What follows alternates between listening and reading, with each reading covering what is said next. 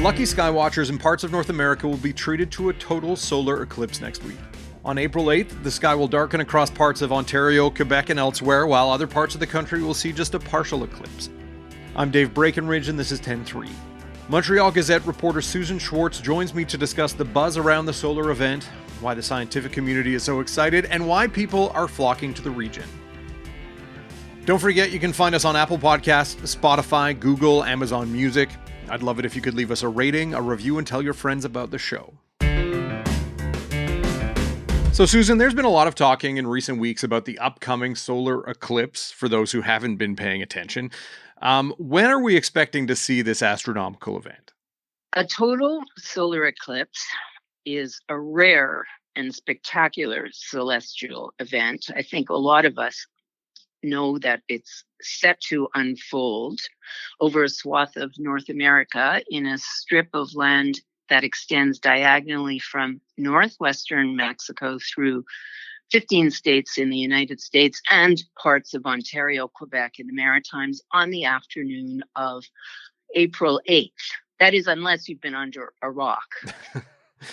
Right. And I know as the closer we get, the more you see stories in the media. And I saw your piece in Montreal Gazette talking about it. And as you mentioned, this is kind of diagonal swath from North America that'll be able to see a total eclipse. As I understand that people across Canada will be able to see kind of partial eclipse depending on where you are. I'm in Alberta. I think we get like a 22% eclipse where I'm located, as I'm a little further north. I think my producer Sean is in Calgary. I heard something like 26%. But where are people in Canada going to see a total eclipse? Where are these lucky people located?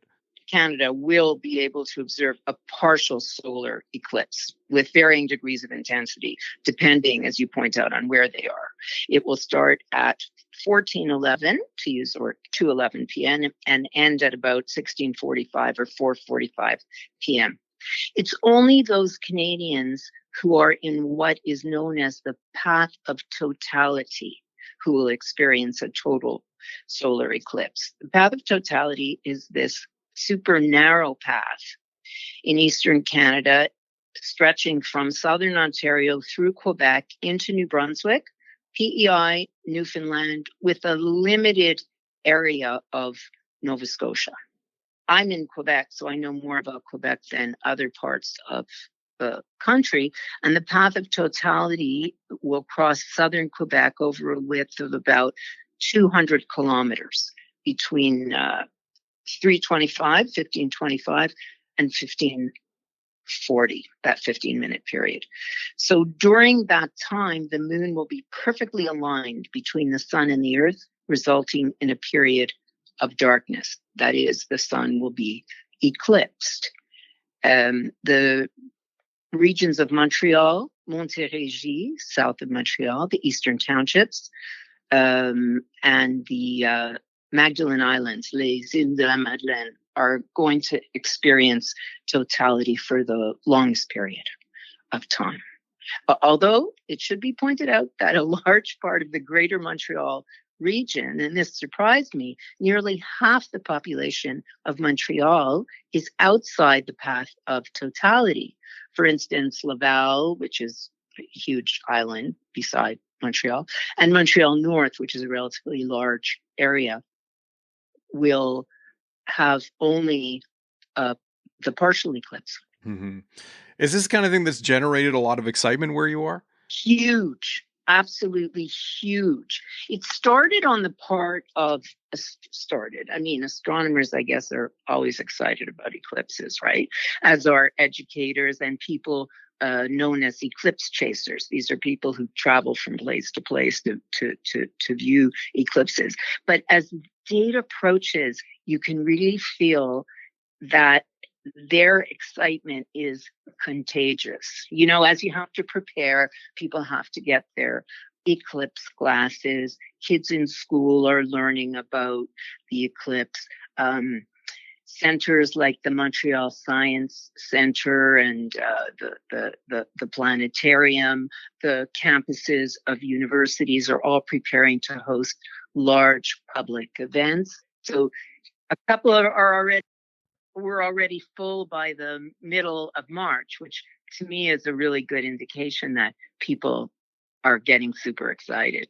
So why is this such a big deal? Why do people get so excited about it? I guess maybe astronomers might have, a better explanation about why it's such a special occurrence, but what is it that has people so kind of, I hate to use the word fever, but why, like, eclipse fever seems to have swept over certain areas of the country? Yes, absolutely. I completely agree with you. One reason for the excitement is that total solar eclipses are such rare events. A total eclipse of the sun happens an average of once every 375 years in a given spot, but are some areas that have not had an eclipse in 2000 years. So I think that's one reason for the excitement. The last total solar eclipse visible in Montreal was in 1932, for instance, and the next one won't be before 2205. So that means that for many Montrealers, the April, well, for all Montrealers, the April 8th eclipse will be a once in a lifetime experience. And what the astronomers are telling me is that to witness a total solar eclipse is to experience something magical, something almost spiritual, experience as mystical. An astronomer, Natalie Willette, who's the deputy director of the Trottier Institute for Research on Exoplanets and the Mont-Mégantic Observatory at the University of Montreal, told me that she has been reading about astronomy since she was a 5-year-old, but she said absolutely nothing replaces the physical experience of seeing that kind of a natural phenomenon with your own eyes. She told me it makes you feel connected to the people around you and to the universe around you in a way that's hard to explain. Then she referred back to, she's a scientist, right? And she says, I think about the ancient civilizations and what they might have been feeling. You feel almost as if you've seen something that is forbidden, that you shouldn't be allowed to see. She herself experienced the first total solar eclipse of her life in 2017. It was in August. And the center of totality was at a border between Kentucky and Tennessee. And she said, it was as if all my senses were awakened. Then she described what happened. The temperature dropped by 10 degrees because it's dark, right? The world around her grew dark. She started to see bright stars in the sky. It was, she told me, as if I had been transported to a parallel universe. Imagine that. At that moment, she said, I felt intimately connected to the universe and all its celestial objects orbiting around us more intimately than ever. This, even though I study these objects in my everyday life, it was a truly magical, almost spiritual moment for me. And we don't realize the thing that, we set out to do. What are we? Reporters are generalists, right? We know a bit about a lot, right? I had not realized that as the world goes dark, animals change their behavior. They switch to their usual end of day routine. Nocturnal wildlife, the animals that are up at night, sometimes wake up during totality. They think it's nighttime. And the wildlife that's up during the day thinks it's time to go to sleep. At Bishop's, a professor of astronomy named Lorne Nelson said this will be the first total solar eclipse he's ever seen. And the guy's like in his 50s and he sounded like a 5-year-old. I was prompted to say, how excited are you on a scale of 1 to 10? And he said, oh, easily a 9. Is this kind of thing that they hope that will get kids excited about science and astronomy? Is this a learning opportunity for kids in schools in Quebec or even elsewhere in the country? Yes, absolutely. This Professor Nelson, many scientists hope, one of the missions, I believe, of scientists is to create a generation of scientists to come after them. So at Bishop's in Lennoxville, where an on-campus event is expected to draw 10,000 people, they've organized, aside from little kiosks where people can learn about the eclipse and set up pinhole cameras and do all kinds of eclipse related activities. They're also bringing in student recruiters, because they figure people who are turning up for this might be interested, might be tomorrow's scientists. And he's told me that one fervent hope he has is that the eclipse will promote student interest in astronomy and astrophysics and in sciences in general. And he said there's a dearth, even in 2024, of students going into science, technology, engineering, and mathematics, the STEM, as it's called. And we would like to try to correct this, he said. And I talked to this grade 1 science teacher, a fellow named Alex Rosari, at a school called John Kobodo Academy in Montreal. And he said that what he wanted his grade 1 students to do is to witness the cosmic dance between our planet, the moon, and the sun during a solar eclipse. And he just sounded so enthusiastic. And to that end, he designed a classroom model simulating conditions for a solar eclipse. And we went in and watched the kids, and you could feel their excitement, when these little 7-year-olds. And he told them that, now you're all scientists because you're studying this. So maybe that'll stay. We'll be right back.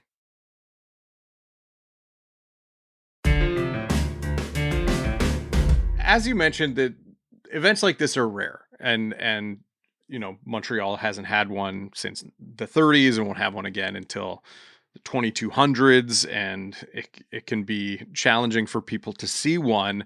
I can imagine this kind of thing would spark a lot of interest in visitors. Are we seeing an uptick in people looking to get out to the Montreal area to stay and then go venture out to view the totality and see something that they may not be able to see otherwise? Yes, absolutely. Absolutely.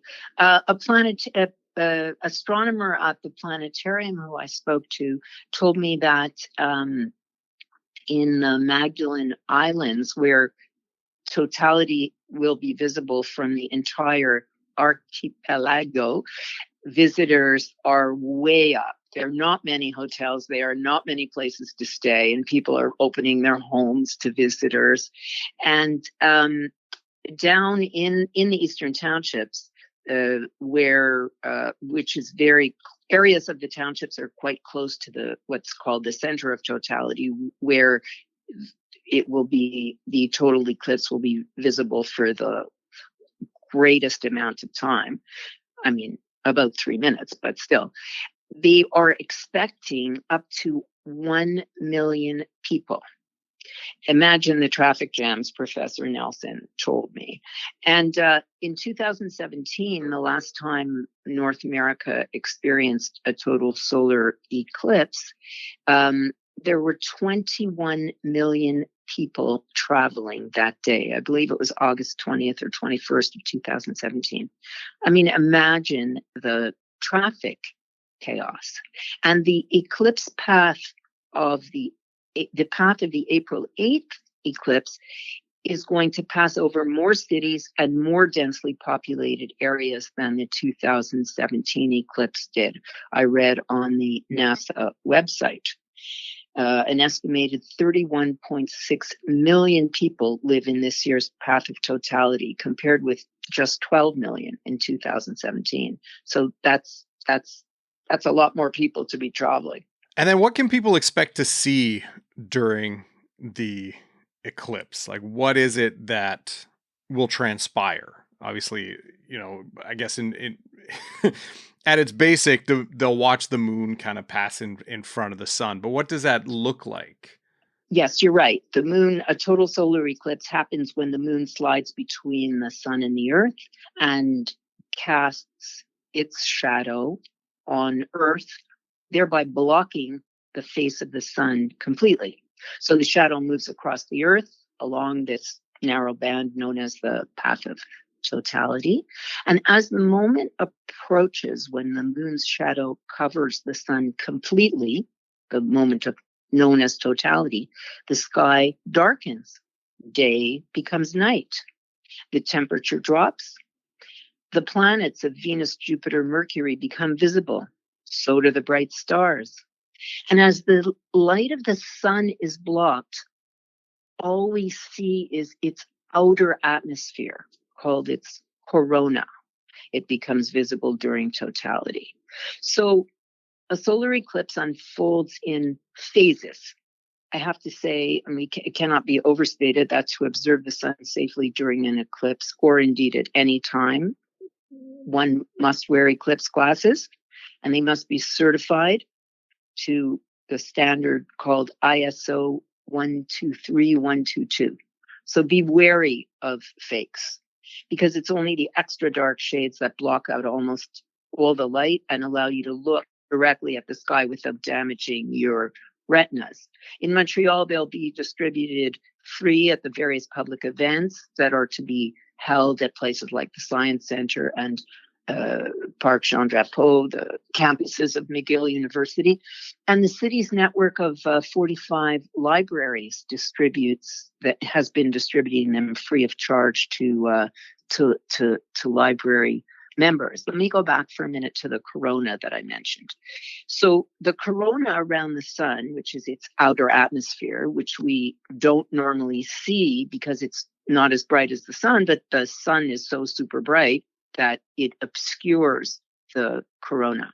So during totality, this corona becomes visible as wispy white streamers of plasma or charged gas that radiate from the surface of the sun. And it's been described as being able to observe the solar corona with the naked eye, this astronomer Natalie Willette told me, is like slipping into another dimension.